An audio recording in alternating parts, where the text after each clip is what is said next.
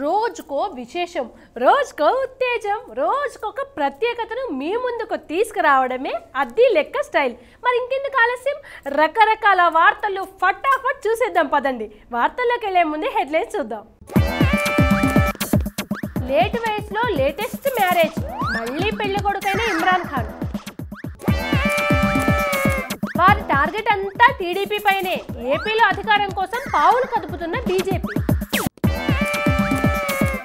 వరంగల్ బస్తీ వాసులకు కేసీఆర్ వరాలే వరాలు, పక్కనున్న బస్తీల సంగతి ఏంటంటున్న హైదరాబాద్ జనాలు.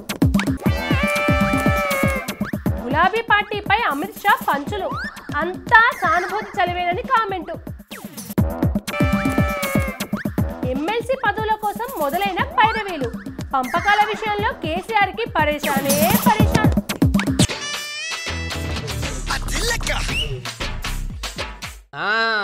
అందరికీ నమస్తే. ఇక విషయం ఏడుంటుందో ఈ కత్తి కనకయ్య కూడా గాడనే ఉంటాడు. ఇక కామెడీగా మాట్లాడతాడని కామెడీ ఫేలో అనుకోకుండా లోపల ఉన్నదంతా సీరియసే. ఒక్క మాటలో చెప్పాలంటే సీరియస్గా కామెడీ చేయడం, కామెడీగా సీరియస్ విషయాలు చెప్పడం ఈ కత్తి కనకయ్య స్పెషల్. ఇక ఆ విషయం మీకు కూడా తెలిసేది. సరే, ముందుగా నా పర్సనల్ ముచ్చట ఒకటి చెప్తా, అది చాలా ఇంట్రెస్టింగ్ మ్యాటరు, చూడండి. అబ్బో, అంత ఇంట్రెస్టింగ్ మ్యాటర్ ఏందో, పెద్దగా నస లేకుండా అదే తొందరగా చెప్పండి కత్తి గారు, యువతల ఇక్కడ చాలా వెయిటింగ్ అంటున్నా అంతే. ఇక రోజుల కత్తి కనకయ్య అంటే మంచి మీసం కట్టు, నెత్తికి రాజు లెక్క రుమాలు కట్టుకొని స్టైల్గా నిలబడితే అబ్బాబా ఆడపిల్లలు ఒకటే ఎమ్మటి పడేటోళ్ళు. ఇక ఆ రోజులు దాల్చుకుంటేనే అలాగుంటుంది. అయినా ఆ ఫాలోయింగ్ ఇప్పటికీ నడుస్తూనే ఉన్నది. ఈ కత్తి కనకయ్యనా మజాకా? మీ గురించి మాకు బాగా తెలిసిందే కానీ తమరు చెప్పాలనుకున్న విషయం ఏంటో తొందరగా సెలవిస్తారా కత్తి కనకయ్య గారు? ఇగో రోజు రోజుకి కత్తి కనకయ్యకు పెరుగుతున్న ఫాలోయింగ్ మామూలుగా లేదు. వాట్సాప్లో టన్నుల కొద్ది మెసేజ్లు, ఫేస్బుక్లో 100ల కొద్ది కామెంట్లు, అవి కూడా కాక ఐ లవ్ యూ కత్తి కనకయ్య అనుకుంటా ఎక్కడెక్కడ నెంబర్కి వెళ్ళావు ఫోన్లు. ఇక నేను చెప్తే వచ్చే ముచ్చట కాదంటే నమ్ముర్రి. ఇక ఇవన్నీ చేసేటోళ్ళు ఎక్కువ మంది ఇక లేడీసే. లేడీసా? బహుశా ఆడాళ్ళందరికీ వయసు 60-70 దాటుండొచ్చులేండి. ఇక గా రోజు అయినా గీ రోజు అయినా కత్తే కదా. అందుకే పంతులకి మంచి పిల్లంచడం అని చెప్పిన. ఏంది ముసలోనికి దసరా పండుగ అంటారా? ఇవాళ రేపు నాకంటే ముసలోళ్ళు కూడా పెళ్ళి చేసుకుంటలేరా? గంతెందుకు, మన జమానా క్రికెటరు ఇమ్రాన్ ఖాన్ 60 ఏళ్ళ ముసలి వయసులో కూడా మళ్ళీ పెళ్ళి చేసుకుంటున్నాడు. ఇక గీ ముచ్చట చూసినాక నాకు కూడా పెళ్లి మీద మనసు పడద్ది. ఇగో మనలో మనమాట, ఈ విషయం మాత్రం మా ముసలి దానికి చెప్పకుండ్రి, తెలిస్తే నా పని చేస్తుంది. ఇక కత్తి కనకయ్య ముచ్చట్లు ఎప్పుడు ఉండేవి కానీ అవతల యాంకరమ్మ మంచి వార్తలతో రెడీగా ఉన్నదంట. ఇక వదుండ్రి మరి. కత్తి కనకయ్య గారు అట్లా మాట్లాడతారు కానీ ఆయన ఏకపత్ని వతుడన్న సంగతి మనకు తెలియంది అయింది. ఇక అసలు వార్తలోకి వెళ్దాం పదండి. ఆంధ్రప్రదేశ్లో అధికార పార్టీని బీజేపీ టార్గెట్ చేస్తుందా, లేకుంటే టీడీపీకి ప్రత్యామ్నాయంగా ఎదిగేందుకు భారీగానే స్కెచ్లు వేస్తుందా? తాజాగా పరిస్థితులు చూస్తే అలానే ఉన్నాయంటున్నారు రాజకీయ విశ్లేషకులు. ప్రస్తుతం బీజేపీలో ఉన్న పురంధరేశ్వరి టీడీపీ సర్కార్ మీద విమర్శలు చేయడం కూడా ఏదో జరుగుతుందనే విషయానికి ఊతమిస్తుందంటున్నారు. ఆంధ్రప్రదేశ్లో అధికార పార్టీని బీజేపీ టార్గెట్ చేస్తుందా, టీడీపీకి ప్రత్యామ్నాయంగా ఎదిగేందుకు ప్రణాళికలను రచిస్తుందా? అందుకోసమే ఎవరో ఒకరి రూపంలో టీడీపీ సర్కార్పై విమర్శలకు దిగుతుందా? ఇప్పుడు ఇదే ఏపీ రాష్ట్ర రాజకీయాల్లో హాట్ టాపిక్. ఆంధ్రప్రదేశ్లో మిత్రపక్షంగా ఉన్న టీడీపీకి ప్రత్యామ్నాయ పార్టీగా ఎదగడానికి బీజేపీ పక్కా స్కెచ్ వేస్తుందా అనే అంశమే ఇప్పుడు పెద్ద రాజకీయ అంశంగా మారింది ఏపీలో. గతంలో 2 సార్లు టీడీపీతో కుదుర్చుకున్న పొత్తుల వల్ల బీజేపీ అంతో ఎంతో లాభపడ్డా ఇప్పుడు మాత్రం తమకు ఏమాత్రం ఉపయోగం లేకుండా పోతుందనే అధిష్టానం భావిస్తుందట. బీజేపీ 2019లో కూడా కేంద్రంలో తిరిగి అధికారంలోకి రావాలంటే దక్షిణాది రాష్ట్రాలే కీలకమనే భావనతో పార్టీ అధ్యక్షుడు అమిత్ షా ఉండటం వల్లే ఇప్పుడు వారి దృష్టి అంతా ఏపీపై పడిందట. ఇందుకోసం ఏపీ రాజకీయాల్లో బలమైన సామాజిక వర్గాలు వ్యక్తిగత ఇమేజ్ ఉన్న ఇతర పార్టీల నేతలకు గాలం వెయ్యాలని భావిస్తున్నారట. దీంట్లో భాగంగానే ఇటీవల పురంధేశ్వరి ఏపీ సర్కార్ను టార్గెట్ చేసి మాట్లాడారట. ఒక పక్క రుణమాఫీ, మరో పక్క రాజధాని భూముల సమీకరణ వంటి విషయాల్లో కొందరు రైతుల నుంచి వ్యతిరేకత ఎదుర్కొంటున్న చంద్రన్నపై ఇప్పటికే లోకల్ బీజేపీ నేతల ప్రోత్సాహంతో షాను కలిగి తమ గోడు విన్నవించుకోవడం జరిగింది. ఇలా బీజేపీ సారథి షా ఏపీలో పర్యటిస్తున్న తరుణంలో టీడీపీని కావాలనే టార్గెట్ చేయడం వెనుక ఏదో రాజకీయ కుట్ర దాగి ఉంటుందన్నారు కొందరు టీడీపీ నేతలు. ఇక అది లేక వార్తల చిన్న బ్రేక్ తీసుకుందాం.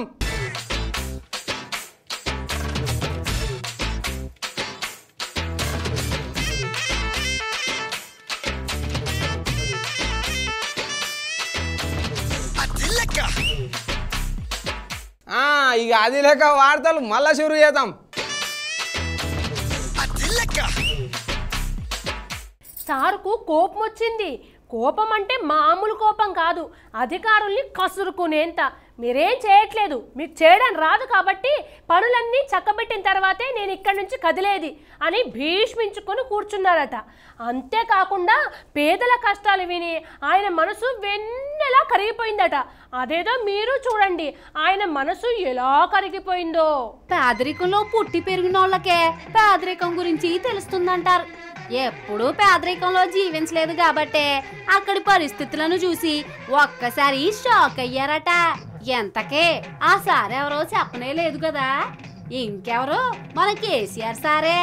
తాజాగా వరంగల్ పేదల బస్తీలకు పోయిన కేసీఆర్ అక్కడ ఉన్న పరిస్థితులను చూసి చలించిపోయారట. మీ అందరు ఇక్కడనే ఉండి ఇండ్ల కాడ ఉంటే ఎవరి ఇంటికాడ వాళ్ళని నిలబెట్టి మంచిగా ఫోటోలు తీస్తారు, ఒక రిజిస్టర్ తయారు చేస్తారు, బస్తీలో ఒక కమిటీ చేస్తారు. ఆ కమిటీ దగ్గరనే రిజిస్టర్ పెడతారు. 4.5 నెలల లోపల కాలనీ నిర్మాణం కావాలి, మళ్ళా కేసీఆర్ వచ్చి రిబ్బన్ కట్ చేసి ఇనాగ్రేట్ చేయాలి. గప్పుడు సప్పట్లు, గప్పుడు ఈయలు కొడదాం. పని వరుస అయినాక కదా, పట్టు పడితేనే అవుతుంది. మొండి పట్టు పడితే పడదాం కదా. ఖచ్చితంగా ఇక్కడ కాలనీ బ్రహ్మాండంగా తయారై చూపెట్టాలి. కేసీఆర్ ఏమి నిన్నో మొన్నో వేరే గ్రహం నుంచో లేదంటే విదేశాల నుంచో రాలేదు. తన సుదీర్ఘ రాజకీయ జీవితాన్ని ప్రజల మధ్యే గడిపారు. అలాంటి ఆయన వరంగల్ పట్టణంలోని 3 కాలనీల్లోని ఇళ్లను పరిశీలించిన తర్వాత అసలు ఇలాంటి ఇళ్లలో మనుషులు ఉంటారా అని ప్రశ్నించడం పలువురికి ఆశ్చర్యపోయేలా చేసిందట. మంచిగా ధనవంతుల కాలనీ ఎట్లుంటది ఆ మోడల్ దీన్ దయాళ్ నగర్ కూడా కావాలి. అవుతుంది, మనం పట్టుబడితే అవుతుంది. మీరందరూ సహకారం చేస్తే అవుతుంది. ఎప్పుడో 6 నెలలకు ఏడాది కాదు, 4-5 నెలలనే మొత్తం ఇల్లు కావాలి. మళ్ళీ వచ్చి నేనే కొబ్బరికాయ కొట్టి మళ్ళీ ప్రారంభం చేసి ఆ రోజు బ్రహ్మాండంగా దావా చేసుకుందాం. సీటీలు సప్పట్లన్నీ అప్పుడు కొడదాం. కేసీఆర్ చూడాలనుకుంటే ఎక్కడో వరంగల్ పట్టణంలో ఉన్న మురికి వాడలే చూడడం ఎందుకు? టీఆర్ఎస్ కార్యాలయమైన తెలంగాణ భవన్ కు ఆనుకొని ఉన్న వెనక బస్తీలో తిరిగితే సరిపోదా? అంతెందుకు, ఆయన నిత్యం ఉండే హైదరాబాద్ లో ఏ బస్తీకి వెళ్ళినా ఎంతకంటే దారుణమైన దృశ్యాలే కనిపిస్తాయని చాలా మంది గుసగుసలాడుకుంటున్నారట. ఈ రోజు రాత్రి 10 అయినా సరే ఆ 2 బస్తీలు కూడా తిరుక్కుంటూ అందరినీ ప్రజల్ని కలిసి పోతా. నేను తర్వాత రేపు మీ దగ్గరికి అధికారులు వస్తారు. మీ సమస్యలు ఎల్లుండి సాయంత్రానికి పరిష్కారం అయితే రేపు నేను వరంగల్ జిల్లాలోనే ఉంటున్నా. మధ్యాహ్నం దాకా టౌన్లోనే ఉంటారు. ఆ తర్వాత సాయంత్రం వరకు కూడా జిల్లాలోనే ఉంటారు. అవసరం అనుకుంటే సమస్య పరిష్కారం కాదేమనే భావన నాకు కలిగితే ఖచ్చితంగా రేపు రాత్రి నైటాలు చేసైనా సరే వరంగల్లోనే ఉండి ఈ సమస్యల పరిష్కారం నేను చర్యలు తీసుకుంటాను మనం చెప్తాను. పార్టీ కేంద్ర కార్యాలయానికి కూతవేటు దూరంలో ఉన్న బడుగు జీవుల కష్టాలు వదిలేసి వరంగల్ బస్తీ పేదల విషయంలో కేసీఆర్ సారు అధికారుల్ని పరిగెత్తించడం ఏంటనేది కొందరి ప్రశ్న. ఇదంతా పక్కన పెడితే ఏకపై బస్తీలో నివసించే పేదలు చెయ్యాల్సిన పని ఒక్కటే. కేసీఆర్ సార్ని తమ బస్తీకి రావాలని, తమ ఇళ్ళు కూడా చూడాలని కోరుకోండి. ఆయన అడుగు పెడితే ఖచ్చితంగా బస్తీలు పావనం అవుతాయి, నో డౌట్. ఆయనకు పెళ్లిళ్ళు కొత్త కాదు, పేటాకులు కొత్త కాదు, మన వాళ్ళని ఎత్తుకోవాల్సిన వయసులో కూడా ఆయనకు మరోసారి పెళ్లిపై మోజు కలిగింది. అంతే, 60+ వయసులో పెళ్లిపీటలపై కూర్చున్నాడు ఆయన. ఆ నవమన్మథ ఓల్డ్ పెళ్లి కొడుకు ఎవరనే కదా, ఇంకెవరు, మన మాజీ క్రికెటరు ఇమ్రాన్ ఖాన్ సాబే. లేటు వయసులో ఘాటు ప్రేమ అంటే ఇదేనేమో. క్రికెటర్ నుంచి రాజకీయ నాయకుడిగా మారిన పాకిస్తాన్ ఫాస్ట్ బౌలర్ ఇమ్రాన్ ఖాన్ మరోసారి పెళ్లి వార్తల్లోకి ఎక్కారు. పెళ్లి, పెటాకులు, చాటుమాటు, రొమాన్స్ వంటి విషయాల్లో ఎప్పుడూ వార్తల్లో ఉండే ఈ ఇమ్రాన్ ఖాన్ తాత తాజా బీబీసీలో పనిచేస్తున్న ఓ యాంకరమ్మను పెళ్లి చేసుకున్నాడు. ఆమె పేరు రెహం ఖాన్.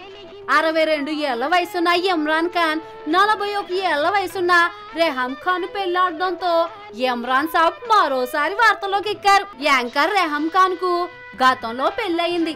3 పిల్లలు పుట్టిన తర్వాత విడాకులు తీసుకుని గతంలో జమీమా ఖాన్ పెళ్లి చేసుకున్న ఇమ్రాన్ ఆమెకు 2004లోనే విడాకులు ఇచ్చేశాడు. ఆ దంపతులకు 2 కొడుకులున్నారు.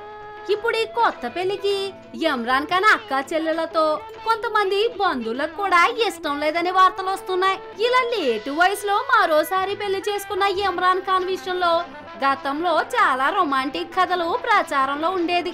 పలువురు బాలీవుడ్ యాక్టర్స్ తో ఇమ్రాన్ అఫైర్స్ నడిపాడంటూ మీడియా కథనాలు కూడా వచ్చాయి. ఇక ఆ దీపం ఉండగానే వీళ్ళు చక్కగా పెట్టుకోవాలి. ఈసారి మా బొమ్మర్ది గాడి ఎమ్మెల్సీ అయితే ఇటువంటి ఛానల్లో 4 పెట్టి 24 గంటలు నేనే వార్తలు చదువుతా. ఇంకా దేనికైనా పొలిటికల్ ఇమేజ్ ఉంటేనే కదా పనులు అయ్యేది. అందుకే మా బొమ్మర్ది కూడా గట్టిగానే చెప్పిన, ఈసారి 600 అయినా నువ్వు ఎమ్మెల్సీ కావాలి, నేను ఎట్లనైనా చేసి బెంచి కాలరా తిరగాలని. సరే కానీ ఇప్పుడు ఇటువంటి ముచ్చట ఒకటి చెప్తా ఆయనుండ్రి. ఇక తెలంగాణలో రాజకీయ నాయకుల కన్ను ఇప్పుడు ఎమ్మెల్సీ సీట్ల మీద పడాయంట. ఇక ఎట్లనన్నా ఈ మార్చి నెలలో ఎమ్మెల్సీ సీట్లు ఖాళీ అవుతున్నాయి కదా, ఇక గందుకని ఎమ్మెల్సీ సీట్ల కోసం ఎవరు పైరవిలాలు మొదలు పెట్టినరు. తెలంగాణలో రాజకీయ పార్టీల నాయకులు ఎమ్మెల్సీ సీటుపై కన్నేశారు. మార్చి తర్వాత ఖాళీ కానున్న ఎమ్మెల్సీ స్థానాలకు ఎన్నికలు వచ్చే అవకాశం ఉండటంతో వాటి కోసమే ఒంటికాలపై తపస్సు చేస్తున్నారు కొంతమంది నాయకులు. ప్రస్తుతం టీఆర్ఎస్ లో ఈ ఎమ్మెల్సీ పదవులకు మస్తు గిరాకీ ఉంది. పార్టీలో నేతల సంఖ్య కూడా బాగా ఎక్కువగానే ఉండటంతో ఈ పదవుల పందేరం కేసీఆర్ కు కూడా కత్తి మీద సామే అవుతుందట. తెలంగాణలో మార్చిలో 10 ఎమ్మెల్సీ సీట్లు ఖాళీ అవుతున్నాయి. వీటిలో 2 పట్టభద్రుల నియోజకవర్గాలు అయితే 1 గవర్నర్ కోటాలోది. ఇక 7 ఎమ్మెల్యే కోటాలో నింపాలి. ఒక్కో ఎమ్మెల్సీ ఎంపికకు 21 మంది ఎమ్మెల్యేల బలం అవసరం. ఈ రకంగా చూస్తే కాంగ్రెస్, టీడీపీ, బీజేపీ కలిసికట్టుగా ఉంటే ఒక్కో పార్టీకి ఒక్కో స్థానం అతి కష్టంగా దక్కే ఛాన్స్ ఉంది. ఇక మిగిలినవన్నీ టీఆర్ఎస్ వే. సో ఛాన్స్ ఎక్కువగా ఉంది కాబట్టి ఆ ఛాన్స్ కోసం ఎదురు చూసే వాళ్ళ సంఖ్య కూడా ఎక్కువగానే ఉంది. వచ్చిన చిక్కల్లా ఇదే కావడంతో కేసీఆర్ ఇప్పుడు ఎమ్మెల్సీ పందేరాల విషయంలో మల్లగుల్లాలు పడుతున్నారట. ఎదుటి వారి మీద పంచులేస్తే ఎట్లుండాలి, అవతలి వారికి ముచ్చెమటలు పట్టాలి. ఇప్పుడు అట్లానే వేస్తున్నారు ఢిల్లీ నుంచి వచ్చిన ఓ పెద్ద ఆయన. మరి ఆయన వేసిన పంచులకు అవతలి వారికి ముచ్చెమటలు పట్టాయా? అసలు ఆయన ఎలాంటి పంచులు వేశారు? అసలు ఇంతకీ ఆ పెద్ద ఆయన ఎవరు? తెలంగాణలో టీఆర్ఎస్ పార్టీకి పునాదులు లేవని తేల్చేశారు భారతీయ జనతా పార్టీ అధ్యక్షుల వారు అమిత్ షా. తెలంగాణ ఉద్యమ నేపథ్యంలో ప్రజలు భావోద్వేగాల ఫలితంగా టీఆర్ఎస్ ను ఎన్నుకున్నారే గాని గులాబీ పార్టీకి బలమైన క్యాడర్ లేదని, పునాదులు లేవని ఢిల్లీ నుంచి వచ్చిన అమిత్ షా విశ్లేషించారు. మరి టీఆర్ఎస్ పరిస్థితి గురించి ఇంతటి చక్కటి విశ్లేషణను అందించిన అమిత్ షాకు తమ పార్టీకి ఉన్న పునాదులు ఏమిటో తెలియదా?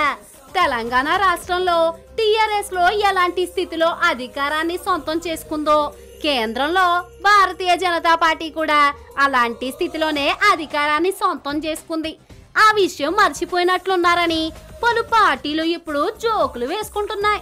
తెలంగాణ ప్రజలు ఒక సెంటిమెంట్ తో టీఆర్ఎస్ కు ఓటు వేస్తే యూపీ వంటి రాష్ట్రాల్లోని ప్రజలు మరో సెంటిమెంట్ తో బీజేపీని ఎన్నుకున్నారు. అంతే తేడా. ఏం పునాదులున్నాయని యూపీలో భారతీయ జనతా పార్టీ 72 ఎంపీ స్థానాలను గెలుచుకుంది. తద్వారా అధికారానికి చేరువైంది. 5 ఏళ్ల కిందటి వరకు కూడా 10-15 ఎంపీ స్థానాలను సాధించుకోవడమే ఘనం అనుకున్న బీజేపీకి ఆ రాష్ట్రంలో 72 ఎంపీ సీట్లు లభించడం ఒక అద్భుతం. మరి నిజంగానే పునాదులు వేసి ఇటుక మీద ఇటుక పేర్చి అలాంటి విజయ సౌధాన్ని నిర్మించాలంటే చాలా కాలం పడుతుంది. కానీ బీజేపీకి సెంటిమెంట్ కలిసి రావడం వల్ల ఒకేసారి అన్ని సీట్లు దక్కాయి. అది తెలుసుకోండి ముందు అంటూ కాంగ్రెస్ నేతలు బహిరంగంగానే విమర్శిస్తున్నారు. మరి బీజేపీ అధినేత అమిత్ షా ఎదుటివారి పునాదులు ఎంత పటిష్టంగా ఉన్నాయో విశ్లేషించడానికన్నా ముందు అధికారం చేతిలో ఉన్న సమయంలో తమ పార్టీ పునాదులను పటిష్టపరుచుకుంటే బొక్కబోర్ల పడే అవకాశాలను నిరోధించుకున్నట్టే అవుతుందని జనాలు అనుకుంటున్నారు. బయట చల్లగాళ్ళు కూడా ఎక్కువైనాయి. గదేదో సైన్ ఫ్లూ కూడా ఏదో ఉన్నదట. ఊకే చీకట్లా తిరగకుండ్రి, నా లెక్క చిన్నగా ఇంటికి కొనరి. ఇక ఉంటాం వల్ల రేపు కలుస్తా. ఇట్లు మీ కత్తి కనకయ్య చాలా హుషారన్నట్టు. అది లెక్క వార్తలు ముగించే ముందే హెడ్లైన్స్ మరోసారి చూద్దాం. లేట్ వయసులో లేటెస్ట్ మ్యారేజ్, మళ్ళీ పెళ్లి కొడుకైన ఇమ్రాన్ ఖాన్. వారి టార్గెట్ అంతా టీడీపీ పైనే. ఏపీలో అధికారం కోసం పావులు కదుపుతున్న బీజేపీ. వరంగల్ బస్తీ వాసులకు కేసీఆర్ వరాలే వరాలు. పక్కనున్న బస్తీల సంగతి ఏంటంటున్న హైదరాబాద్ జనాలు. గులాబీ పార్టీపై అమిత్ షా పంచులు, అంతా సానుభూతి చలివేనని కామెంటు. ఎమ్మెల్సీ పదవుల కోసం మొదలైన పైరవీలు, పంపకాల విషయంలో కేసీఆర్ కి పరేషానే పరేషాన్. ఇవి ఇవాల్టి సంగతులు. మరిన్ని లెక్కలతో మళ్ళీ కలుద్దాం. అంతవరకు సెలవు, నమస్తే.